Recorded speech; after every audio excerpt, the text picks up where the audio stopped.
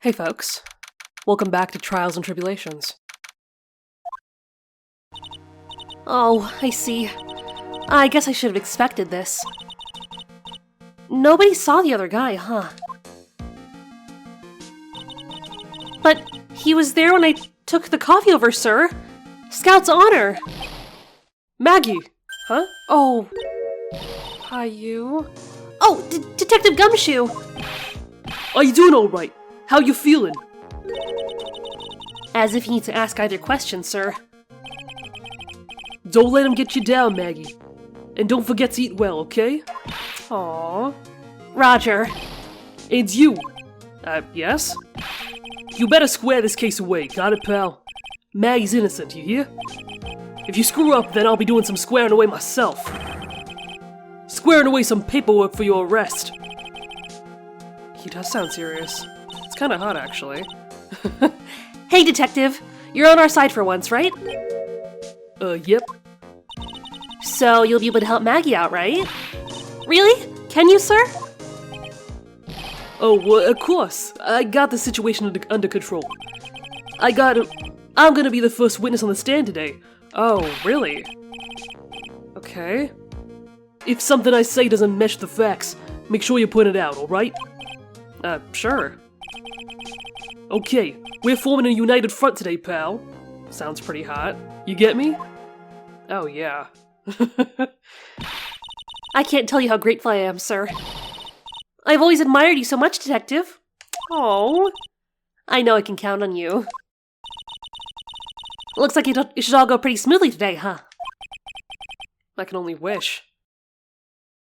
Yeah, that is gonna be interesting cross-examining Gumshoe. Also, yeah, we just had a lot thrown at us in the last episode, just like towards the end of investigation, and things don't seem to add up for me still. I'm like, maybe y'all caught a few things too, but I'm feeling weird about this. Court is now in session for the trial of Maggie Bird. The defense is ready, Your Honor. Can we move this along, please? Bitter. Mr. Wright. Yes, Your Honor? Oh! Well, what's wrong? Nothing, it's just whenever I addressed you in the previous trial, your response was, you was talking to me. Okay, well, how the hell did anyone not know that was someone else? What?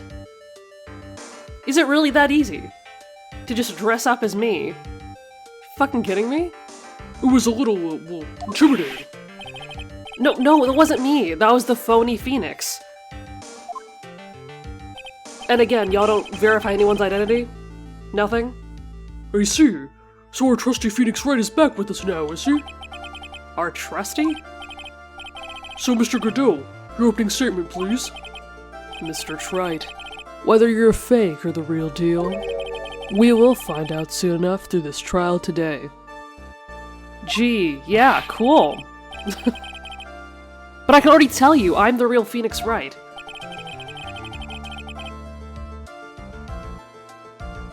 I wasn't questioning whether you are Phoenix Wright or not. I was questioning whether you had studied law or not. Isn't this the same person who just started prosecuting this game? Like, you should be the one to fucking talk. That's what I intend to find out. Yeah, do you know law, actually? Behind that mask is a man who really hates me for some reason or another. Okay, well, I mean, stating the obvious, but why, you know? As everyone is aware, the court has already given its verdict on this case once. Therefore, I won't stand for irrelevant testimony during this retrial. Nor will I stand for a simple repetition of the evidence presented in the last trial. Okay. Yeah. Now then, Mr. Godot, please summon your first witness. There he is. I mean, at least he's working with us this time, right? That should make things easier, we'll hope. Let's start with the formalities, shall we? Name and occupation. Witness, state your name for the court. Huh? Oh, sorry, so. The name's Police Department Detective. Occupation Dick Gumshoe. No. Oh, honey, not quite. Other way around, Detective. Huh? Oh, sorry. Anyway, I'm the officer in charge of this case since yesterday, so... Since yesterday. Yeah, the guy who was on the initial investigation's tied up in another case now. I hope Gumshoe's really got everything under control. For everyone's sake. I see. So, Detective Gumshoe, would you outline for the court the basic facts of this case? Yes, sir. The victim's name was Glenn Elg. He was a professional programmer. He was on the payroll of Blue Screens Inc., a local company. This is the victim's autopsy report. The court accepts this into evidence. Wait, oh, cyanide. Okay, yeah, that was poison. Potassium cyanide. Time of death between 1:30 and 2:30. It's weird that we're learning this now. Also, this is a good time to mention. It's wild that we know nothing about the victim.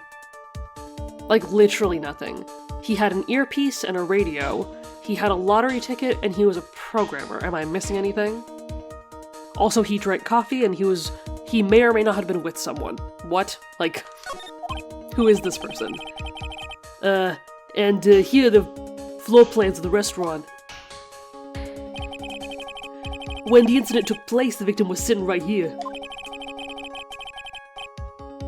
The poisoned coffee was brought over to him by the waitress. The waitress being the accused. Yeah. The victim died from poisoning almost immediately after he took a sip of the coffee. At the time of the incident, there were 2 other people in the restaurant. Mr. John Armstrong, the owner and chef, and a regular by the name Mr. Victor Kudo.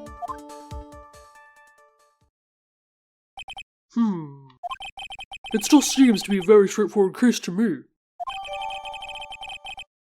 Okay, blueprints of the crime scene, X is the victim's scene. Okay. We'll have to use that at some point, I'm sure. Come, detective, take up this hammer and nail the defendant's coffin shut with your own 2 hands.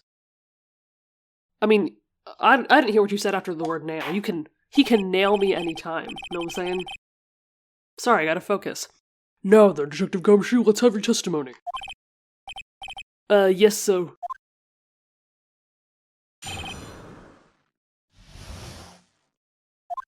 Okay, here we go. When the incident took place, the victim was alone at his table, sir. We understand that the guy, Glenn Elg, was listening to the radio at the time. Traces of poison were found in his coffee cup. And what we found was potassium cyanide. That stuff really packs a punch. And, it looks like Miss Bard might have, had, well, some kind of motive. No. I mean, yes, but no. Using the dark, aromatic depths of coffee to conceal the poison. Classy lady. Right. The facts of this case seem to be ironclad. Mr. Wright, I would ask you to begin your cross-examination, but... Yes? Please, no intimidation tricks for this time around. Is understood? Jesus, what...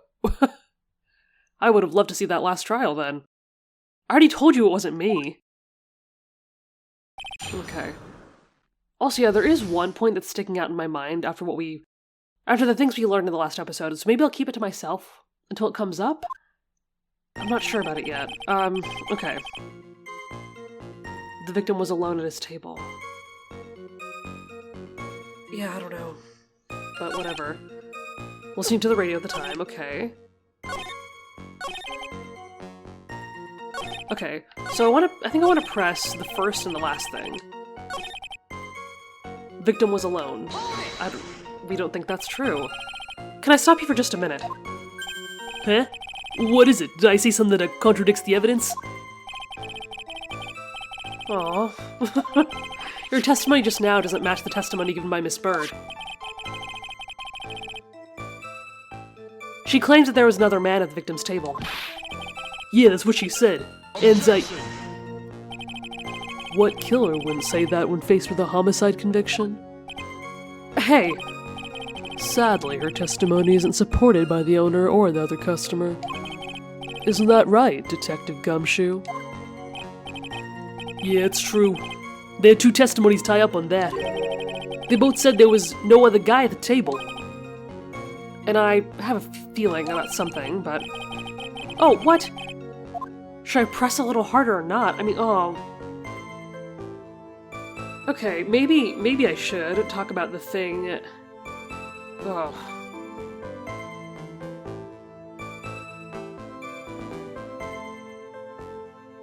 Wait a minute.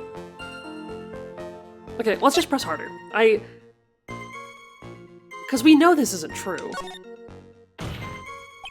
Well, maybe the other witnesses just missed him. Perhaps their view of the victim's table is obscured. Oh, wait a minute.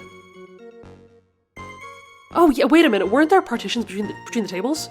I mean, I'll have to look at the map, but... Yeah, wait a minute. Huh. That argument is as weak as the coffee at Très Bien, right? I have here in my possession a ticket. A ticket? It's like a photo to me. Yes, a one-way ticket to Guiltyville. Population, the defendant. Wow, dude, good one. Nice. Okay, yeah, partition, right there. This is a photograph taken from near the entrance to the kitchen. This is the scene as witnessed by the chef, moments after the poisoning took place, correct? I think the court will agree that there is such a clear view of the scene of the crime. What do you mean, clear view? What? How, Mr. Wright? Could anyone have overlooked a second person at the table? Wait, no. I mean, yeah, you saw the table, but you didn't see where the other chair was sitting all that well, right? It certainly seems to show the victim's table extremely clearly. Okay, yeah, the victim. What? This is some bullshit. Wait, are you fucking kidding? That was it? I don't know about this. Okay, well, I want to press this too. Some kind of a motive. Yeah, but if you ask me, it's been blown out way out of proportion. Objection. You know what my golden rule is, detective? Chuck out a bad cup of coffee. You can always get another. Huh? I don't get it. I'm saying, we can always get another witness on the stand if we have to chuck you out. So stick to the facts, detective. Now then, what was Miss Bird's motive? Come on, Gumshoe. She was... Oh, they said she wanted to steal a lottery ticket. I knew it. Yeah.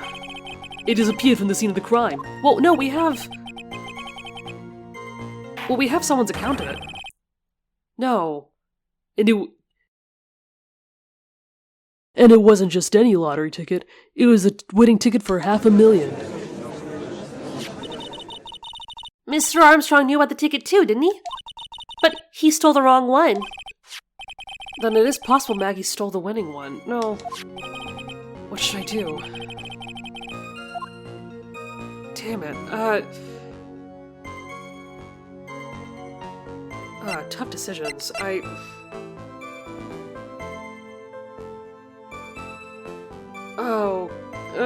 I'll take a chance. Okay. Oh, okay. Wait a minute. The mere fact that the lottery ticket disappeared is in no way implicates my client. Huh. I have here in my hand the very ticket in question. Where did you get that from? The fuck? That's the $500,000 lottery ticket? One of the female police officers found it when she was conducting a search of the defendant. Oh no. Come on. We're finding this out now? Order! Order! Huh. She's quite a lucky bird, our little waitress. You will submit that ticket as evidence to court immediately. Oh, so even the judge didn't know. Yeah. Found during a body search of... I mean, well, you know what? She's wearing an apron with pockets. I mean, it's possible that someone, like, planted it on her, right? This ticket was presented to the court in the previous trial, too. But it feels heavier now somehow. $500,000, you say? It's just a scrap of paper. What matters is where it was found, Your Honor. And that's on Maggie's person. You really think there are any contradictions in the testimony? To be honest, I don't know. But Gumshoe told us out in the lobby. He said we'd be forming a united front, right? How will we win the case if he doesn't throw us a line? Yeah. Gather the facts together. So I guess what they want us to do is press everything. Okay, well I pressed that. Yeah, there was something about the radio that I was interested in.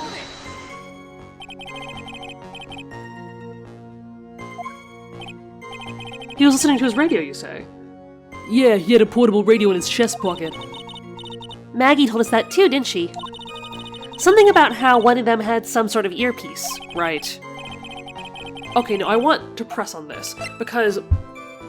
Okay, maybe I'll just say it now. So, didn't Mr. Armstrong say something about how he was listening to the radio, and then when he won, he, like, shouted and made noise? Because I'm thinking that especially in such a small room, shouting would make everyone look at you. And look at your table, and who was sitting with you. So that to me says that someone must have seen him, right? I mean, unless we're saying that it was otherwise an empty restaurant, because that's also possible, but you know what I mean? Someone is bound, like if you shout in a public place, someone is bound to look at you and see who you're sitting with. It's gotta be it, right? And what was it that the victim was listening to on the radio, Detective Gumshoe?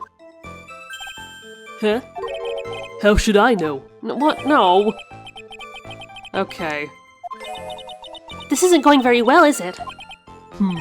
Detective, could you perhaps tell us about the poison and how it was used? Oh, what? Okay. I guess I can't do anything with that yet. So, traces of poison were found in the coffee cup and nowhere else.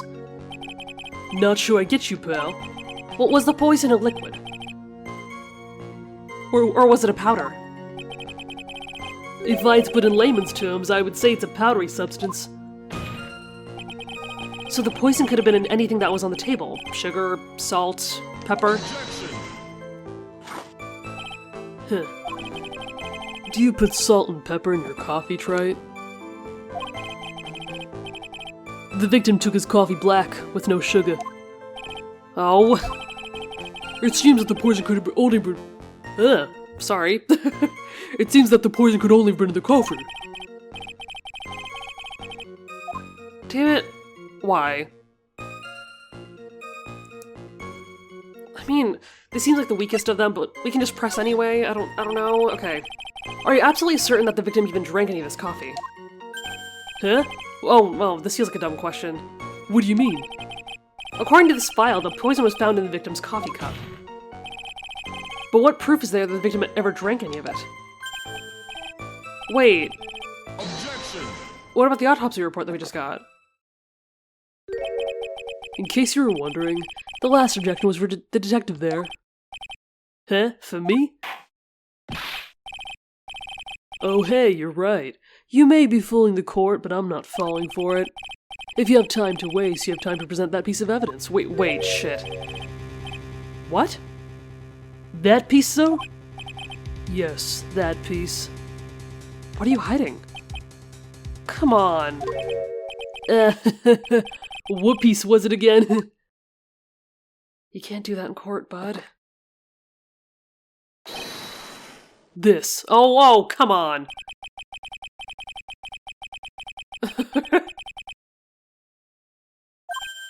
Oh, we're just gonna sit like that the whole trial? That's pretty funny. Oh, and now I remember. Yeah. Couldn't remember it a second earlier. This is the victim's coffee cup. Oh, I see it. Yes, the victim's cup. Take a good look at the rim. Oh, yes. It's unmistakable. Oh, yes, it's unmistakable. There's clearly a coffee stain on it. Conclusive proof that the victim did drink the poisoned coffee that was in this cup. The victim gulped down the bitter death that the waitress brought to him. Like this. Okay. For the record, the only prints on the cup were the victims and the defendants. Well, of course she'd have her fingerprints on it. She served it. Still. Okay. Upon further investigation of the cup, We found a certain chemical substance. That's enough. The facts of this case seem overwhelmingly clear to me. The defendant had ample opportunity to commit the crime of which she is charged. Furthermore, it seems beyond reasonable doubt that she did indeed commit the crime. I like an old man who knows the score. There's also a matter of the $500,000 lottery ticket. That alone provides a very credible motive. I mean, for that sum of money, even I might be tempted to bend the rules. Yeah, I don't like that. I don't mind an old man who is weak to the siren call of money. Not good, Nick. The evidence against Maggie is starting to pile up fast. Yeah, that's because the court has ruled guilty once already. I'd say it's about time to wrap up this repeat performance. With one final decisive piece of evidence. Oh, okay, now what are you gonna do? And you waited till now to show- Fuck off! Oh my god. This is the apron the delightful Miss Bird was wearing at the time. Wow, it's not the cleanest apron I've seen. That stain looks like... Can't be blood, can it? I mean, I guess they haven't said yet. It seems the star of our play was a little flustered. And somehow spilled coffee on herself. The coffee? That's not exactly the first thing that caught my eye. Yeah, what? Of course, the coffee stain isn't the most interesting thing about this apron. No, there's something else that stands out even more. Something else? I presume you mean... Of course. I'm referring to the pocket. What? What? Okay, what the hell? Really? A search carried out right after the incident uncovered this. Potassium cyanide. The very poison used by the killer. It was in her apron pocket. Wait, so what the hell was the bottle that we found? That green one, right? A bottle of poison in Maggie's pocket. That seems a little convenient. I mean, come on. That and the lottery ticket on her person? Fuck off with that shit. Yeah, and Maggie's prints were the only ones on it. What? Order! Order! Order! The court will accept these items to evidence. Small pocket but big stains. What? I don't get this. There's something that's still bothering me, Mr. Godot. Why have you not explained the bloodstain to the court? Bloodstain? What bloodstain would that be? What? Hello? Don't play games with me, prosecutor. The blood-covered stain that's made all over the apron. That's ridiculous. No one told me anything about a bloodstain. Do you not see it? What? Yeah, what? Did he think it was something else? Well, detective, could this stain really be blood? No way so. That's it. It's just ketchup, so... Ketchup? She must have gotten some on her apron while taking someone their breakfast that day. You could have spoken up a little sooner, Detective Gumshoe. Pull a stunt like that again, and I'll have you drink 17 cups of ketchup, witness. Oh. I thought everyone knew what it was already. Yeah. How did we not know this? I haven't seen anything yet to make me doubt the last ruling I made in this case. Oh, damn it. The motive, the opportunity, and the supporting evidence. They've all been clearly established. Well, Mr. Wright, it seems you really are a phony after all. This can't be it. Witness, please continue with your testimony. Describe for the court the crime scene and the findings of your investigation there. Oh, okay, so he is still here. Okay, I think we have time for one more. Yeah. Okay, let's get into this. The crime was reported at 2:25 p.m. by a kinda scary old man, so... Poor Maggie had passed out from the shock. It must have been real tough for her. The victim didn't have any identification on him. Well, we figured out who he was pretty quick, and then the investigation went pretty smoothly. When Maggie was searched, we found a lottery ticket and a bottle of poison. That was it. There was nothing else missing from this crime scene. Nothing else missing. Nothing else missing. Okay, wait. You identified the victim and secured your prime suspect. Very good. I don't know about nothing else missing. Last chance to convince the court you're a real lawyer, tried. Don't count on any more cross-examinations after this one. So, let the fun begin. Oh no. Oh no, if I'm ready for this. Okay, wait a minute.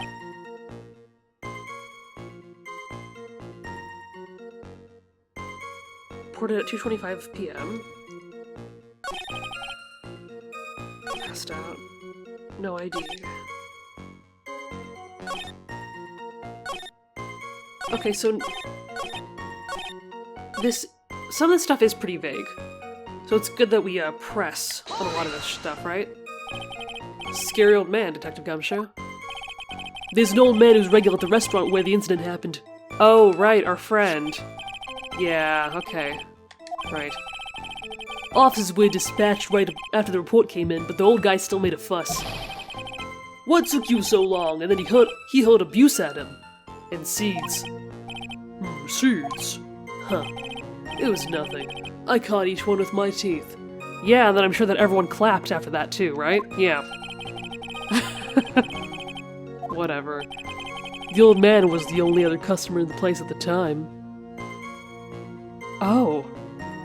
Okay, well, it does change my theory about people looking over, right? But still, he should have seen them then. Whoever that second person was. He took his time finding a payphone, apparently, so he was late reporting the crime. Okay. So Maggie passed out, we already knew that. No ID is interesting. He didn't have any. Are you saying that it was stolen then? No, I don't think so. The victim didn't have a driver's license or even a credit card on him, pal. All he had was 58 cents in his wallet. 58 cents? Yeah, I can't believe I found someone with less in their wallet than me, pal. Oh. The victim sounds like he was a thoroughly miserable young man. Oh, okay, damn. Or some kind of outlaw. Why not give him a bit of an edge?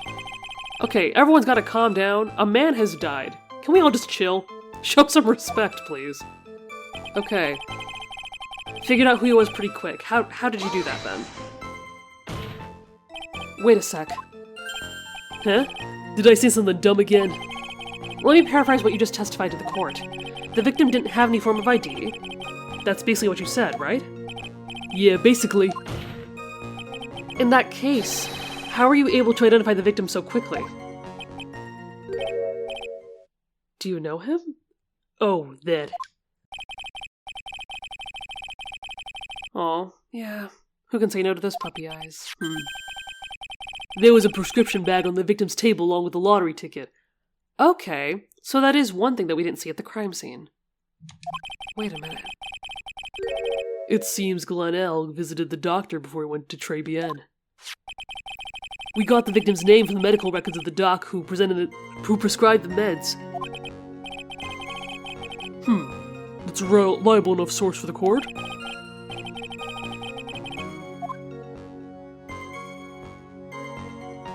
I want to ask about the bag, because why wasn't this at the scene or mentioned at all? Wait a minute. So what sort of medicine was in that bag? Well, actually the bag we found is empty. What? Yeah, completely empty. It was completely empty. Oh, I don't like that. Heh. You're entering an empty paper bag as evidence. Desperate, are you, Wright? Now, what happened with the investigation after that, Detective? Well, we already knew that. Nothing else missing. I don't like that statement. So the $500,000 lottery ticket and the bottle of poison were accounted for. Yeah. Interesting. It's true that those two items are accounted for, but wasn't there another lottery ticket that was stolen that day? Yes, I was gonna ask about this. Oh, yeah. The one the restaurant owner took. He won a whole dollar with it. What a lucky guy, huh? And they're just gonna let him get away with it. It was just $1, detective. I guess no one cares when it's that little. Except for Gumshoe. Oh, damn. Gumshoe isn't giving us anything to work with. And we can't find any contradictions if he doesn't give us something. Yeah, it's true.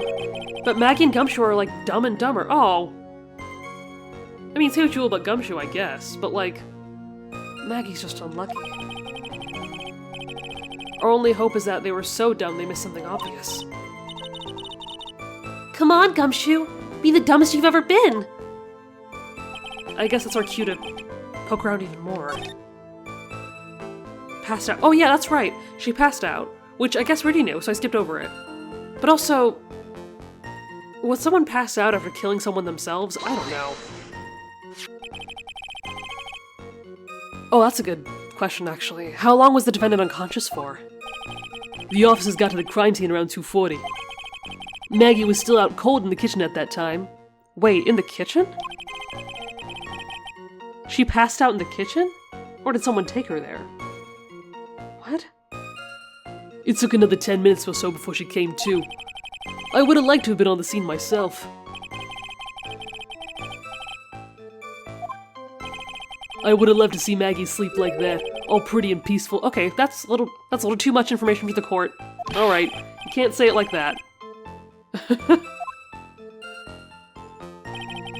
Save the romantics for your own time, detective. All we need to know about is the investigation. Oops. I guess I'm pretty red right now, aren't I? Wait. Okay. We did that, we did that. Okay. Okay, but the defendant had been passed out for a while, correct? In that case, isn't it possible someone planted the evidence in Maggie's pocket? Yeah. Hey, yeah! You nailed it, pal! It happens to me all the time. We had a department party the other day, and when I got home, I was wearing the boss's shoes. What? Keep up this crazy testimony, detective, and those shoes will end up down your throat. Okay, well, I don't think you can do that in court either. Just straight up threatening someone? Okay, yeah. Sorry. So, tried. Someone planted the evidence in Maggie's pocket. That's a pretty bold statement. Care to back it up with some evidence?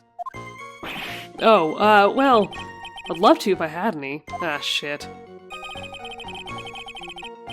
Damn it. It appears you have no evidence to support your theory, Mr. Wright.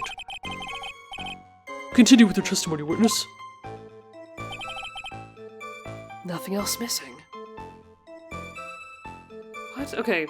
Did I really go through everything? Shit.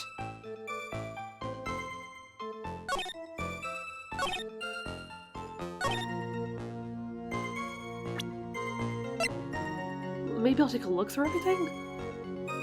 I don't want to say I'm getting stuck.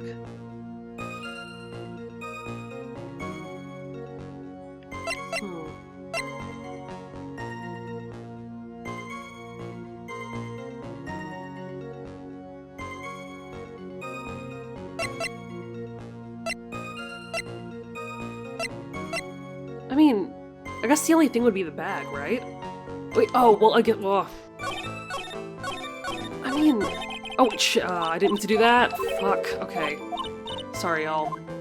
What I want to do is go to the very end, right? Because that was where we said that nothing was missing. Oh my god, I did it fucking again. Oh my god. I'm gonna cry. I'm gonna cry. Okay. Okay, so what I was gonna say is that, again, they said that nothing was missing from the crime scene, right? Aha. But we just mentioned the bag, so what the hell happened to that, right? Because we accounted for the poison and the ticket, so no, we have to present the bag. That's gotta be the only thing, right? Because I don't know what else to do at this point. Okay, hell yeah. Detective Gumshoe, I think I should point something out to you. There's just one small contradiction in your testimony. Oh, finally. I'm getting all anxious just waiting, so hurry up, will you? You testified that nothing else was missing from the crime scene. However, the prescription bag you mentioned was empty. Did the officers recover the medicine from the scene of the crime later? No, they didn't. Okay, well, the victim was given a prescription right before going to Très Bien. Where then did the medicine disappear to? Wait, do we have it? You... That's so cool, pal. Oh, why thanks. Indeed. Due consideration wasn't given to the victim's prescription in the previous trial. Witness, why do you always overlook such vital pieces of evidence? Aw, damn. Came back to bite him in the ass. I guess that's the most careless thing I've ever done so far, huh? Yeah, right. Anyway, the victim was killed by poison, and the victim's medicine mysteriously disappeared. The victim's own prescription could have been the lethal poison itself. Yeah, it's kind of wild that we, know he was on medication, and no one investigated what that could have been. Because you never know, if medication, mixes with something. Yeah, what the hell? Well, Mr. Godot, what do you have to say to that? Huh. That's all. What? Read for the court the name of the clinic on the prescription bag, if you will. What's the clinic's name got to do with anything? New Ear Otolaryngological Clinic. Otolaryngological? Just what kind of illness was the victim suffering from, Mr. Godot? His throat? Hardly an illness, Your Honor. More like a bitter war wound, you'd say. A war wound?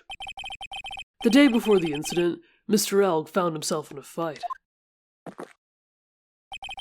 He took a blow to the side of the head and ruptured his eardrum. He ruptured his eardrum? Then what on earth was this prescription he was given? Wait a minute, which ear was it? Wait a minute.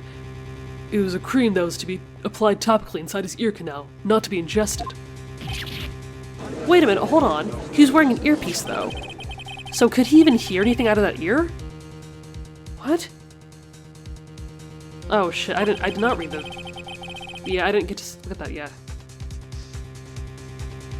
Wait. Traces of medication in the victim's left ear. Don't tell me that's the ear he was wearing the earpiece in, then. What? Yes, here it is, in very, very fine print. It seems Mr. L correctly applied some of this medication while he was at Très Bien. Therefore, it would be absurd to believe that he would have eaten this medication. What? It seems that this medication is relevant to the case after all. No. Nick, if you don't think of something quick, it'll be all over. She's right. But I can't get away with any old weak objection. What should I do? Oh, God. Push it or leave it. I mean, it seems like we have to. I mean, what other choice do we have? Only moments ago, Mr. Godot made the following statement. It seems Mr. Elg correctly applied some of his medication while he was at Très Bien. If that's the case, then why was the medication not found at the scene of the crime? Yeah. But the medication in question was for topical use inside the ear canal. Yeah, dumbass, but it came in a bottle, so where the hell is the bottle?